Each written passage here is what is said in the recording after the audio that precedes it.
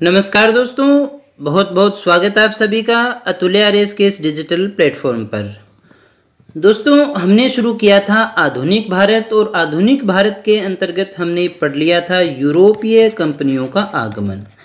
यूरोपीय कंपनियों का आगमन हमने अच्छे से देख लिया था। हमने ये देखा था कि कौन कौन सी कंपनियां भारत में आती हैं, कहां कहां कोठियां स्थापित करती हैं और उनमें से कौन सी ऐसी कंपनी है जो सबसे ज़्यादा सफल हो पाती है। दोस्तों, अब हम एक नए चैप्टर को डिस्कस करने जा रहे हैं जिसका नाम है उत्तरवर्ती मुगल सम्राट। तो यहाँ प्रश्न ये है कि उत्तरवर्ती मुगल सम्राट जो हैं वो कौन से होंगे। तो 1707 से यानी बहादुर शाह के समय से, बहादुर शाह प्रथम के बाद के जो शासक हैं वो कहलाते हैं उत्तरवर्ती या फिर उत्तरकालीन मुगल सम्राट, और उससे पहले के जो शासक हैं वो मुगल सम्राट कहलाते हैं। दोस्तों, मुगल साम्राज्य है। तो दोस्तों, ऐसा क्यों हुआ उत्तरवर्ती, और हम इसको दो भागों में बांट करके क्यों अध्ययन किया करते हैं। तो इस चैप्टर को अपने डिस्कस करेंगे तो सारी चीज़ें हमें समझ में आ जाएंगी। तो सबसे पहले तो नई हेडिंग जो है वो लगा लीजिएगा। जो हमें आज शुरू करना है वो है हमारा उत्तरकालीन मुगल सम्राट। और दोस्तों, अगर आपके पास में अभी तक कॉपी पेन नहीं है तो उठा लीजिएगा, क्योंकि साथ ही साथ आपको नोट्स भी बनाने हैं। यही वो नोट्स हैं जो आपको मेंस तक काम आने हैं। दोस्तों, बहुत ही इंपॉर्टेंट मैटर को अपने डिस्कस करते हैं और बहुत ही अच्छा मैटर आपको प्रोवाइड करवाया जा रहा है। इतना मैं आपको विश्वास दिलाता हूँ कि इससे कंपैरिजन आप करेंगे तो ये किसी भी दृष्टि से, किसी भी बड़े से बड़े संस्थान या किसी भी अच्छी से अच्छी पुस्तक से मैटर आपको कम नहीं मिल रहा है। उससे कहीं ज़्यादा ही बढ़िया आपको मैटर अवेलेबल करवाया जा रहा है। दोस्तों, इतना अच्छे से पढ़ लोगे तो आपको कुछ और पढ़ने की आवश्यकता नहीं है। तो उत्तरकालीन मुगल सम्राट को शुरू करने से पहले हम एक चीज़ देख लेते हैं कि मुगल साम्राज्य की जो स्थापना है, मुगल वंश की जो स्थापना है वो किसके द्वारा की गई थी। दोस्तों, वो बाबर के द्वारा की गई थी। 1526 से 30 का उसका समय माना जाता है। उसके बाद में देखिएगा दोस्तों, आता है हुमायूं। हालांकि हुमायूं के समय में कोई विशेष काम नहीं हुआ। यहाँ एक शेर शाह का शासन भी हमें देखने को मिलता है। बस एक छोटी सी अपनी जानकारी यहाँ पर ले रही हैं और उम्मीद करता हूँ इन चीज़ों से थोड़ा बहुत आप वाकिफ़ भी हैं। उसके बाद में आता है दोस्तों अकबर। अकबर के समय से इसका उत्कर्ष काल जो है वो प्रारंभ हो जाता है। दोस्तों, यानी उत्थान जो है वो यहाँ से प्रारंभ होता है। अकबर के बाद में दोस्तों आते हैं जहांगीर। जहांगीर का जो समय है वो 1605 से लेकर के 1627 तक का समय है। और जहांगीर के बाद में दोस्तों आते हैं शाहजहां, और शाहजहां का जो टाइम पीरियड है वो 1627 से लेकर के 1658 तक का माना जाता है। और शाहजहां के बाद में आते हैं दोस्तों औरंगजेब, और औरंगजेब के समय दोस्तों इनका जो उत्कर्ष काल है वो सबसे चरम पर पहुंच जाता है और इसका शासन जो है वो बहुत बड़ा हो जाता है। दोस्तों, 1658 से लेकर के 1707 में जो है इसका निधन हो जाता है। तो औरंगजेब के समय दोस्तों अगर हम देखें तो जैसे ये हमारा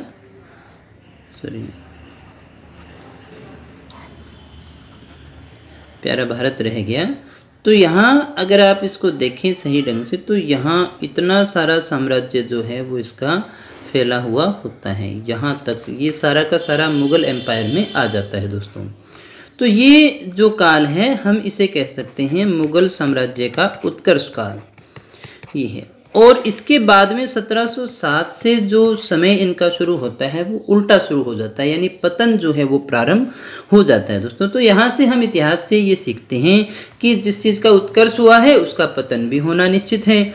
तो दोस्तों ये भी याद रखिएगा, हमें सिविल सर्विसेज के अंदर ये इतिहास क्यों पढ़ाया जाता है। इतिहास से हम सीखते हैं कि किस चीज़ का परिणाम क्या होता है। इसीलिए हमें पुरानी चीज़ों से सीख करके आगे अपनी ये गलतियां न करें, इसलिए हमें इसको पढ़ना भी होता है। दोस्तों, तो ये उत्कर्ष काल है और 1707 के बाद का जो काल है वो पतन का काल माना जाता है, जिसे हम उत्तरकालीन मुगल सम्राट के रूप में पढ़ते हैं। तो औरंगजेब तक का ये जो टाइम है दोस्तों ये कौन सा है, उत्कर्ष काल है। और इसके बाद में दोस्तों क्या होता है कि कुछ अयोग्य शासक आते हैं जिनकी नीतियों के कारण साम्राज्य का पतन होना शुरू हो जाता है। दोस्तों, वैसे भी ये सारे तो मेहनत करके आ रहे हैं ना, अब आगे से आगे मेहनत फिर कम होती चली जाती है। सब कुछ अपने आप मिलता है तो फिर नीतियाँ सही बनती नहीं है। और या फिर हम उसमें से कहें कुछ अयोग्य शासक जिनकी खुद की जो क्षमताएं हैं वो नहीं थी या फिर उनकी आदतें ऐसी थी जिसके कारण इनका पतन हो गया था दोस्तों। तो यहाँ आगे जो हमें पढ़ना है उत्तरवर्ती मुगल सम्राट में जो हम पढ़ेंगे तो सबसे पहले नाम आता है वो आता है बहादुर शाह का, और ये बहादुर शाह प्रथम है दोस्तों। इसका जो समय माना जाता है वो 1707 से लेकर के 12 तक का टाइम है। फिर उसके बाद में हमें पढ़ना है जहांदर शाह, और इस जहांदर शाह का जो टाइम है वो 1712 से लेकर के 1713 तक का छोटा सा पीरियड है। इसके बाद में दोस्तों आते हैं फर्रुखशियार, और फर्रुखशियार का जो समय है वो 1713 से लेकर के 1719 का आता है। अब दो छोटे छोटे काल के शासक आते हैं, एक तो आता है रफ़ी उद दरजात, इसका जो टाइम है वो 1719 का है। पांचवा आता है रफ़ी उद दौला, ये भी 1719 का ही टाइम है। इसके बाद में जो शासक आते हैं वो आते हैं मोहम्मद शाह रंगीले, इसको मोहम्मद शाह रंगीला भी कहा जाता है दोस्तों। इसका जो टाइम पीरियड है वो 1719 से लेकर के 1748 तक का है। उसके बाद में आते हैं दोस्तों अहमद शाह, कौन आए? अहमद शाह। और अहमद शाह का जो समय है वो 1748 से लेकर के 1754 का है। इसके बाद में आते हैं आलमगीर द्वितीय, इसका जो टाइम है वो 1754 से लेकर के 59 तक का आता है।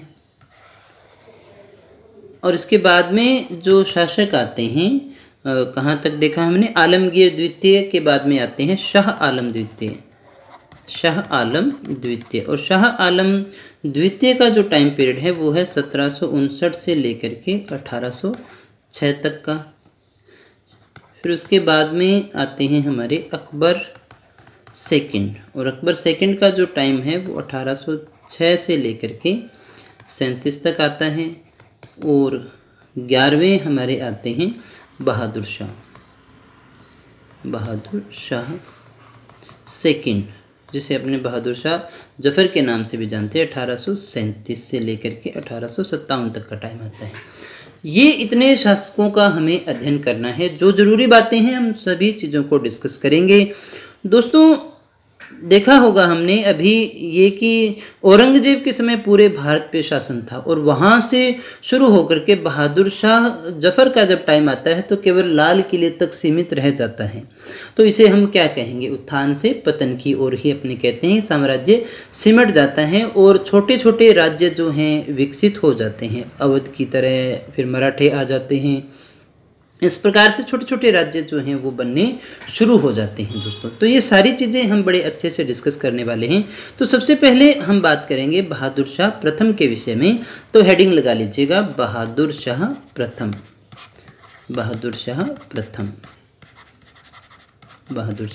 है ये।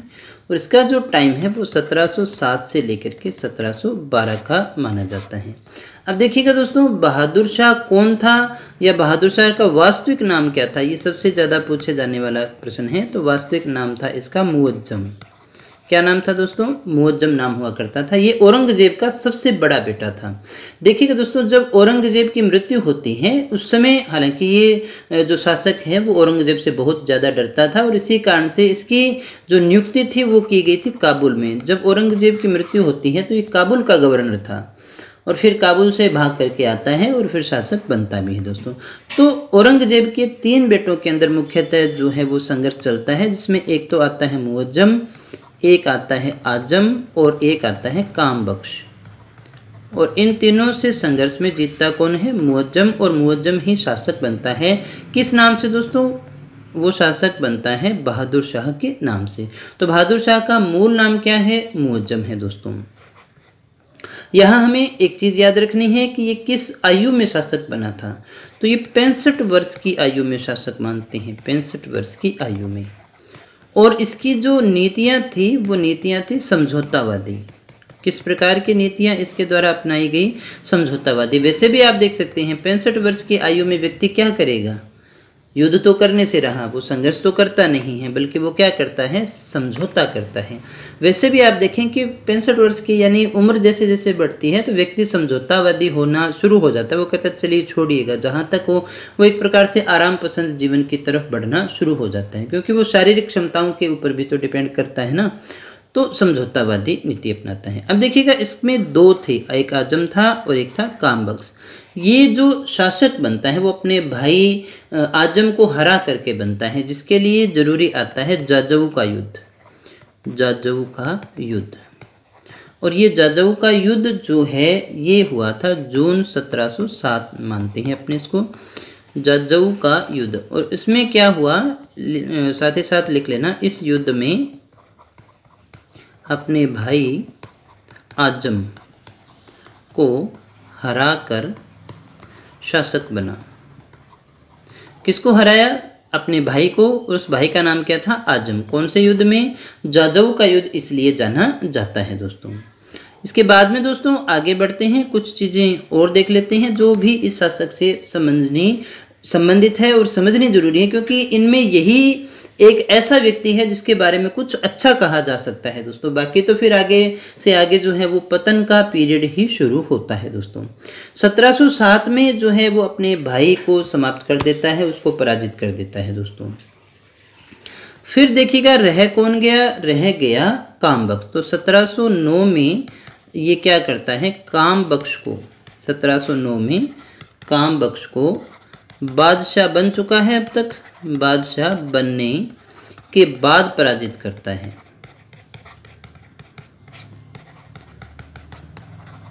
तो 1707 में तो आजम का खेल खत्म हो जाता है और 1709 के अंदर कामबख्श का भी खेल खत्म हो जाता है दोस्तों। अब देखिएगा बहादुर शाह को अगर हम समझना चाहें तो अभी मैंने आपको कहा कि ये एक योग्य और विद्वान व्यक्ति था। इन बाकी के शासकों में हम केवल इसी को कह सकते हैं। तो यहाँ नोट कर लीजिएगा, योग्य एवं विद्वान शासक। ये कैसा शासक था, ये एक योग्य एवं विद्वान शासक हुआ करता था। इसकी जो नीति थी, इसकी जो नीतियाँ कैसी हुआ करती थी, समझौतावादी नीतियाँ थी। ये समझौता करता था, समझौतावादी नीति। और इसके समझौते को हम देख सकते हैं कि गुरु गोविंद सिंह के साथ इसने मेल मिलाप की नीति अपनाई थी, मेल मिलाप की नीति अपनाई और उसे उच्च मनसब भी प्रदान किए थे दोस्तों, मनसब प्रदान की। तो इसे मनसब भी प्रदान करते हैं। तो यहाँ हम देख भी सकते हैं इसकी समझौतावादी यानी ज़्यादातर कैसी नीति रहेगी, मेल मिलाप की नीति रहेगी दोस्तों। साथ ही साथ उतारते रहना, बहुत ज़्यादा स्पीड तो मेरी नहीं है, आप आराम से लिख सकते हैं। फिर देखिएगा दोस्तों क्या होता है, गुरु गोविंद सिंह की तो मृत्यु हो गई। गुरु गोविंद सिंह की मृत्यु के बाद एक सिख नेता है बंदा बहादुर, बंदा बहादुर के नेतृत्व में सिख विद्रोह करते हैं। सिखों का विद्रोह होता है, किसके नेतृत्व में, बंदा बहादुर के नेतृत्व में सिखों का विद्रोह होता है, सिख विद्रोह कर देते हैं दोस्तों। और इसी के खिलाफ चलाए जा रहे अभियान में 1712 में बहादुर शाह की क्या हो जाती है, मृत्यु हो जाती है, बहादुर शाह की मृत्यु हो जाती है।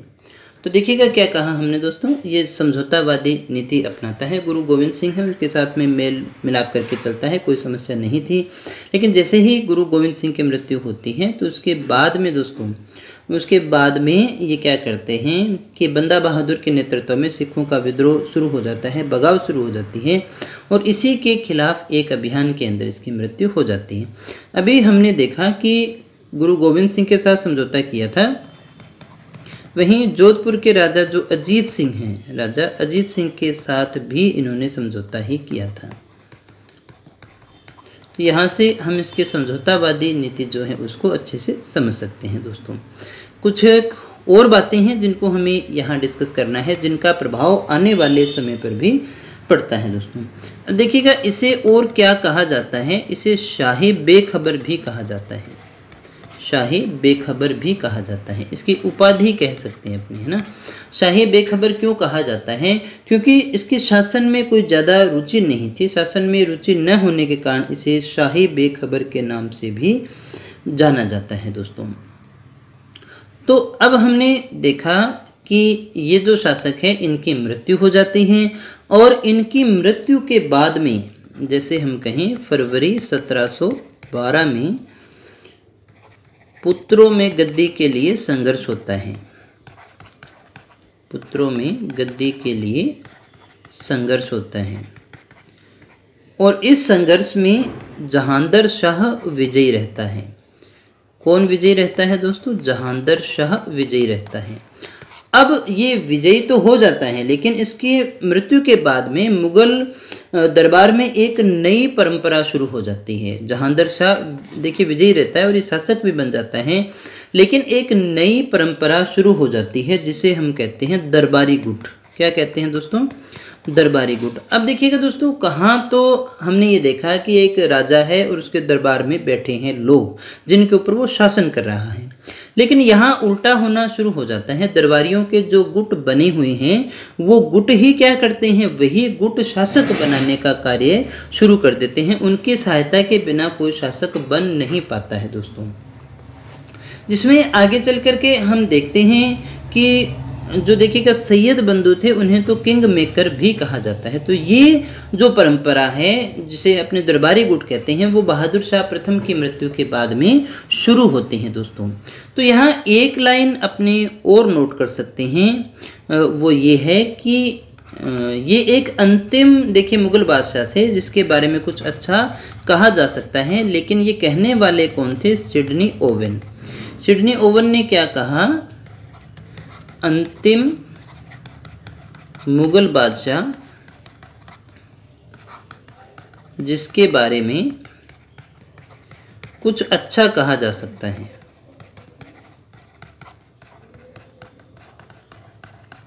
देखिएगा क्या कहा हमने, उत्तरवर्ती मुगल सम्राट हैं उसमें शायद यही एक ऐसे शासक हैं जिसके बारे में थोड़ा बहुत अच्छा अपने कह सकते हैं। बाकी तो सारी चीज़ें आगे से आगे आपको नेगेटिव ही मिलनी शुरू होती है। अभी हमने ये बात की थी कि इस समय क्या होता है, दरबारी गुट जो है वो बनने शुरू हो जाते हैं।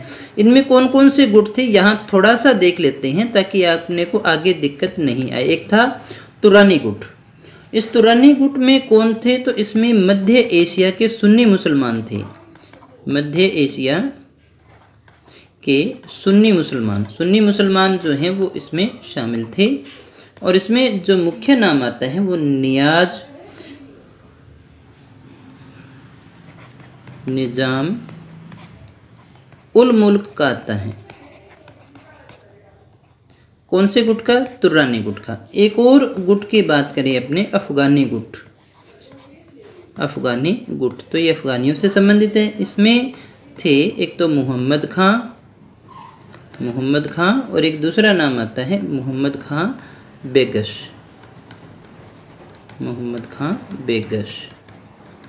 तो एक तो कौन सा गुट था? तुर्रानी, एक अफगानी गुट था। इस प्रकार से दरबारियों के गुट बन गए थे जो शासक बनाने का कार्य किया करते थे। एक और गुट अपने देख सकते हैं जिसे हम हिंदुस्तानी गुट कहते हैं, जो काफ़ी इम्पोर्टेंट है। और हिंदुस्तानी गुट में कौन आते हैं दोस्तों? सैयद बंधु। और सैयद बंधु को इतिहास में क्या कहा जाता है दोस्तों? किंग मेकर के नाम से जाना जाता है। अब ये सैयद बंधु यानी भाई थे, तो भाइयों में कौन कौन से शामिल है? एक तो है अब्दुल्ला खां और दूसरा जो है वो कौन है? हुसैन खां। ये दो हुआ करते थे सैयद बंधु। इसके अलावा देखिएगा एक और गुट था ईरानी गुट। कौन सा है? ईरानी गुट है दोस्तों। ये शिया मुसलमानों का था। सुन्नियों का कौन सा था? तुरानी गुट था। ईरानियों का कौन सा था? शिया मुसलमानों का गुट था। इसमें कौन थे? इसमें एक तो था जुल्फिकार खां, एक था सआदत खां, और एक था अमीर खां। ये 3 हुआ करते थे। हमने इसे इसलिए पढ़ा कि आगे जब आप अगले शासकों को पढ़ोगे तो इनमें नाम आते रहेंगे कि कौन सा किसकी सहायता से शासक बना, और फिर लास्ट में जाते जाते इन सैयद बंधुओं का भी काम तमाम कर दिया जाता है। ये भी मृत्यु को प्राप्त करते हैं और इनका भी पतन होता है। तो अभी हमने हिस्ट्री से यही सीखने को बोल रहा हूँ ना कि जिसका उत्थान होगा उसका पतन भी होता है। ये देखिएगा दोस्तों, जिंदगी में हम किसी भी चीज़ को, किसी भी परिस्थिति को स्थायी मान लेते हैं हमेशा, लेकिन ये याद रखिएगा स्थायी कुछ भी नहीं है। न तो बुरा वक्त स्थायी होता है, न ही अच्छा वक्त स्थायी होता है। ये हमेशा परिवर्तनशील है दोस्तों। ग्राफ हमेशा कभी ऊपर की तरफ नहीं चलता, उसमें आपको पतन भी देखने को मिलता है। विशेषतः कहाँ पर हम शासन काल की बात कर रहे हैं। तो दूसरे शासक को हम अध्ययन करेंगे जिसका नाम है जहांदर शाह। तो हेडिंग डाल लीजिएगा जहांदर शाह, और इसका जो समय है वो 1712 से 13 का माना जाता है। अभी ये हमने देखा भी था कि किस प्रकार से, देखिएगा दोस्तों, जो है बहादुर शाह की मृत्यु के बाद में संघर्ष होता है और उसमें से फिर ये शासक बनता है जहांदर शाह। तो जहांदर शाह किसकी मदद से शासक बना, तो ये याद रखिएगा जुल्फिकार खां की मदद से शासक बना। और जुल्फिकार खां जो है वो कौन से गुट का था, तो अभी हमने देखा भी था, ईरानी गुट का था दोस्तों। कौन से गुट का था ये ईरानी गुट का था। और ईरानी गुट कौन सा था, अभी हमने डिस्कस किया, शिया मुसलमानों का गुट हुआ करता था। इसकी मदद से ये बादशाह बन जाता है। अब ये बादशाह बन गया तो जुल्फिकार खां को भी तो कोई ना कोई गिफ्ट मिलना ही मिलना है। तो जुल्फिकार खां को क्या बनाया जाता है, जुल्फिकार खां प्रधानमंत्री बनता है। प्रधानमंत्री बना तो इसको ये क्या कर देता है, प्रधानमंत्री बना देता है। एक नाम इसमें और आता है लाल कुंवर नामक जो महिला है उसका हस्तक्षेप भी इसके शासनकाल में देखने को मिलता है दोस्तों। इसे भी एक उपाधि प्राप्त थी और उस उपाधि का नाम है लंपट मूर्ख। इसे क्या कहा जाता था दोस्तों, लंपट मूर्ख कहा गया है। क्या कहा गया है, लंपट मूर्ख के नाम से जानते हैं दोस्तों। तो ये देखिएगा एक प्रकार से जो शासक था हमारा जहांदर शाह, इसने जो अन्य कार्य किया, इसने अन्य मुख्य कार्य जो किया था वो मराठों राजपूतों से जो है मैत्रीपूर्ण संबंध स्थापित किए थे दोस्तों। लेकिन ये अपने भतीजे आसफ खां के हाथों पराजित भी हो जाता है। इसके हाथों, आसफ खां के हाथों से पराजित भी होता है। इसे हम इतिहास में लंपट मूर्ख के नाम से जानते हैं दोस्तों। तो देखिएगा दोस्तों कैसे पतन होता जा रहा है, हम धीरे धीरे इन सभी चीज़ों को देख रहे हैं। अभी मैंने पीछे आपको कहा था कि अकबर जो है वो काफ़ी कुशल शासक हुआ करता था। उसने अपने साम्राज्य को जो है किसमें बांटा हुआ था, प्रांतों में। एक जरूरी चीज़ है वो आपको बता देता हूँ यहाँ पे। अकबर जो है वो शासन को प्रांतों में बांट देता है दोस्तों। और प्रांत में 2 प्रकार के शासक नियुक्त करता है, एक तो होता है दीवान और एक होता है सूबेदार। इन 2 लोगों को नियुक्त करता है। दीवान का काम होता है राजस्व को एकत्रित करना, पैसा इकट्ठा करना, और सूबेदार का कार्य होता था कानून व्यवस्था को संभालना। तो सेना किसके पास में है, सूबेदार के पास में है। पैसा किसके पास में है, दीवान के पास में है। अब देखिएगा अगर ये दोनों मिल जाए तो फिर अपना एक अलग स्टेट बना ही लेंगे ना, फिर ये इसके खिलाफ हो जाते हैं। तो इसलिए इनकी नियुक्ति में जो अकबर है वो बड़ा ध्यान रखा करता था। इन दोनों लोगों को जब भी नियुक्त करता था तो ये ऐसे लोग होते थे जिनकी आपस में कभी बनती नहीं थी। क्योंकि दीवान अगर मान लीजिएगा विद्रोह करना भी चाहे तो उसके पास में पैसा तो है लेकिन आर्मी नहीं है, और अगर सूबेदार विद्रोह करना चाहे तो उसके पास में आर्मी है लेकिन पैसा नहीं है, इसलिए विद्रोह नहीं हो पाता था। तो इसलिए ऐसा कार्य किया जाता था। लेकिन जैसे जैसे अभी हमने देखा दरबारियों का योगदान बढ़ता है और फिर इस प्रकार के शासक आते हैं, वो इनकी जो नियुक्ति थी उसकी प्रक्रिया के अंदर थोड़ी सी ढिलाई बरत देते हैं या फिर उसको गंभीरता से नहीं ले पाते। इसलिए ऐसे लोगों को नियुक्त कर देते हैं जो आपस में मिल जाते हैं दोस्तों। फिर तो आगे जो परिवर्तन होता है वो हमें देखने को मिलता है। तो इसके बाद में जो अगला शासक है उसे हमें डिस्कस करना है और जिसका नाम है फर्रुखसियार। ये भी काफ़ी इम्पोर्टेंट है। हम देखेंगे कि फर्रुखसियार ने क्या किया था। तो फर्रुखसियार का जो समय है, टाइम पीरियड है, वो हम मानते हैं 1713 से लेकर के 1719 तक। तो दोस्तों अभी हमने ये भी देखा था कि जो भी शासक अब बन रहे हैं वो किसकी सहायता से बन रहे हैं, किसी न किसी गुट की सहायता से बनते हैं। तो ये भी बनता है किसकी सहायता से, सैयद बंधुओं की सहायता से ये शासक बनता है दोस्तों। और सैयद बंधु किस गुट के थे, तो अभी हमने देखा हिंदुस्तानी गुट के थे। किस गुट के थे ये, हिंदुस्तानी गुट के थे। और जब ये शासक बन जाता है तो इसमें देखिएगा एक तो था हमारा अब्दुल्ला खां और एक था हुसैन खां या हुसैन अली। तो इसे तो क्या बनाया जाता है, वजीर बनाया जाता है। पद तो मिलेंगे या नहीं इसे बनाया जाता है मीर बख्शी। इसे क्या बनाया जाता है, मीर बख्शी बनाया जाता है। तो ये किसकी सहायता से बना, पहला क्वेश्चन तो हमारा यही उठता है कि ये किसके कारण जो है शासक बना था। तो ये सैयद बंधु जो है इसको शासक बनाते हैं। और जब देखिए ये बनाएंगे तो इनकी देखिए रहमो करम पे बना है, तो फिर चलने किसकी है, इन्हीं के चलनी है, इन्हीं के हिसाब से जो है वो शासन हुआ करता था दोस्तों। तो इसके समय में एक और घटना होती है, इसके अंदर होता है सिख नेता, जिसका अभी हमने देखा था बंदा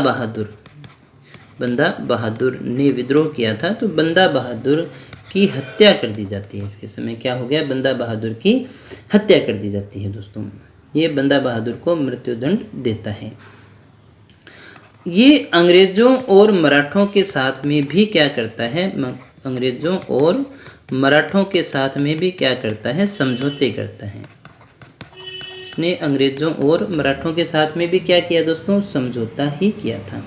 इसे भी एक उपाधि दी जाती है और इसे उपाधि दी जाती है घृणित कायर भी नहीं, ऐसा कायर जिससे क्या की जा सकती है, घृणा की जा सकती है। इसे घृणित कायर के नाम से भी जाना जाता है। और इन्हीं जो सैयद बंधुओं का जो मुख्य रोल था और इन्हीं के कारण जो है इसके समय में देखिएगा जजिया कर जो है वो क्या होता है, समाप्त कर दिया जाता है। साथ ही साथ तीर्थ यात्रा पे जो कर लगता था, तीर्थ यात्रा कर है, वो भी क्या कर दिया जाता है, समाप्त कर दिया जाता है दोस्तों। अब देखिएगा दोस्तों, अब ये शासक तो बन गया फर्रुखसियार, लेकिन शासक बनने के साथ ही साथ उसके दिमाग में ये तो रहेगी ना कि ये इसको कभी बदल भी सकते हैं या इसके लिए खतरा है। तो मन ही मन ये सैयद बंधुओं के खिलाफ क्या करता है, षड्यंत्र रचना शुरू कर देता है दोस्तों। और इस षड्यंत्र का पता तो फिर सैयद बंधुओं को चल जाता है। तो सैयद बंधु जो है वो इसकी क्या करवा देते हैं, हत्या करवा देते हैं। सैयद बंधु इसकी हत्या करवा देते हैं, सैयद बंधु ने इसकी क्या करवा दी, हत्या करवा दी। तो इस प्रकार से जो फर्रुखसियार है उनका अंत होता है। यहाँ एक और चीज जो है फर्रुखसियार की हमें समझनी है, वो है 1717 के अंदर ये क्या करते हैं, 1717 में एक फरमान जारी करते हैं। और फरमान किसको दिया गया था, ईस्ट इंडिया कंपनी को। और ये फरमान क्या था, विशेषाधिकार दिए जाते हैं व्यापार करने के। और इन विशेषाधिकार इसी को हम क्या कहते हैं, दस्तक के नाम से जानते हैं कि अब तुम कहीं भी व्यापार करो, कोई टैक्स वगैरह की छूट यहाँ पर थी, तो दस्तक के नाम से जानते हैं दोस्तों। और इसी को हमने क्या कहा था, मैग्ना कार्टा कहा था। याद होगा, हमने पिछली क्लास में देखा भी था। इसे इतिहास में मैग्ना कार्टा कहा जाता है ईस्ट इंडिया कंपनी के लिए। और ये कहने वाला कौन था, ओल्म्स था। ये सारी चीज़ें अपने डिस्कस पीछे कर चुके हैं। तो फर्रुखसियार में हमें याद रखना है कि सैयद बंधुओं की मदद से ये शासक बना था। बंदा बहादुर की हत्या इसके समय में होती है, अंग्रेजों और मराठों के साथ ही समझौता करता है, उपाधि इसकी घृणित कायर की थी। सैयद बंधु जो है इसकी हत्या करवा देते हैं। ये जजिया कर समाप्त होता है इसके समय में, तीर्थ यात्रा कर भी इसके समय में समाप्त होता है। साथ ही साथ ये एक फरमान जारी करता है ईस्ट इंडिया कंपनी को, जिसका नाम था दस्तक। और यही दस्तक आगे क्या काम करता है अंग्रेजों की नीतियों में, हम इसको अच्छे से डिस्कस करने वाले हैं दोस्तों। इसके बाद में दो छोटे छोटे शासक और आए थे, छोटे मतलब जिनका कार्यकाल छोटा था, हम उसको मानते हैं। चौथा जो हमारा शासक था रफ़ी उद दर्जात। इसका जो टाइम पीरियड है वो 1719 का ही है। अब देखिएगा सैयद बंधुओं ने किसको मार दिया, फर्रुखसियार को। तो सैयद बंधुओं की मदद से ही ये भी शासक बनता था। ये किसकी मदद से शासक बना, सैयद बंधुओं की मदद से ये शासक बनता है दोस्तों। इसका जो कार्यकाल है वो हम कह सकते हैं सबसे कम समय काल है, सबसे कम कार्यकाल। और कितना है? 4 माह का ही कार्यकाल माना जाता है।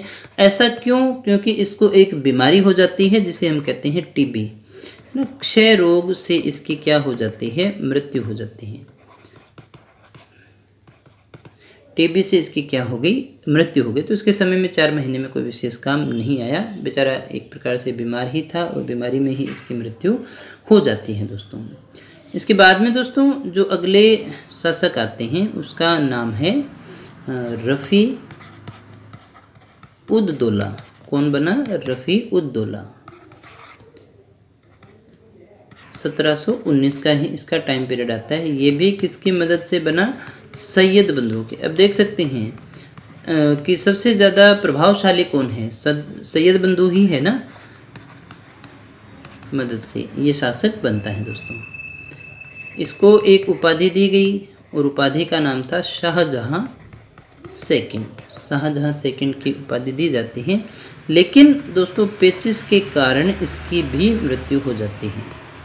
पेचिश बीमारी के कारण इसकी भी क्या हो जाती है? मृत्यु हो जाती है। तो ये 3 बातें रफ़ी उद दौला के संबंध में आती है। एक तो ये सैयद बंधुओं की मदद से बादशाह बना, इसकी उपाधि जो है शाहजहां द्वितीय के नाम से आती है और पेचिश रोग से इसकी मृत्यु हो जाती है दोस्तों। इसके बाद में दोस्तों एक नए शासक आते हैं जिसका नाम है मोहम्मद शाह रंगीला। कौन बने इसके बाद में? मोहम्मद शाह रंगीला। बड़े रंगीले शासक थे और ये भी जो है सैयद बंधुओं की सहायता से ही बनते हैं। इसीलिए सैयद बंधुओं को अब तक तो हमने देख लिया ना, फर्रुखसियार और फर्रुखसियार से पहले भी जो है इनका प्रभाव आना शुरू हो गया था और फर्रुखसियार से इनका टाइम शुरू होता है। तो सैयद बंधुओं की मदद से अब निरंतर शासक बनते जा रहे हैं, इसलिए सैयद बंधुओं को किंग मेकर के नाम से जाना जाता है दोस्तों। तो मोहम्मद शाह रंगीले का जो टाइम पीरियड है वो 1719 से लेकर के 1748 का है। काफ़ी लंबा टाइम है जिसको अपने इस क्लास में डिस्कस नहीं करेंगे, इसे हम अगली क्लास में देखेंगे। तो दोस्तों मुझे उम्मीद है कि आपको सारी चीज़ें समझ में आ गई होंगी। दोस्तों अगर आप हमारी टेस्ट सीरीज़ को ज्वाइन करना चाहते हैं तो आप हमारी एंड्रॉयड एप्लीकेशन को डाउनलोड कर सकते हैं। वहाँ पर आपको PDF, current affairs, mock test और बहुत सारी चीज़ें अवेलेबल करवाई जा रही हैं। शेड्यूल बेस्ड टेस्ट सीरीज़ हमारी एंड्रॉयड ऐप पर अवेलेबल है। 2 एंड्रॉयड ऐप है, अतुल्य RS एंड राकेश सर, जो आपको प्ले स्टोर पर मिल जाएगी। आप इसे डाउनलोड करके इसका लाभ उठा सकते हैं। तो दोस्तों मिलते हैं नेक्स्ट क्लास में, नेक्स्ट वीडियो में आगे की जानकारी के साथ। तब तक यूं ही बने रहे हमारे साथ। Thank you very much.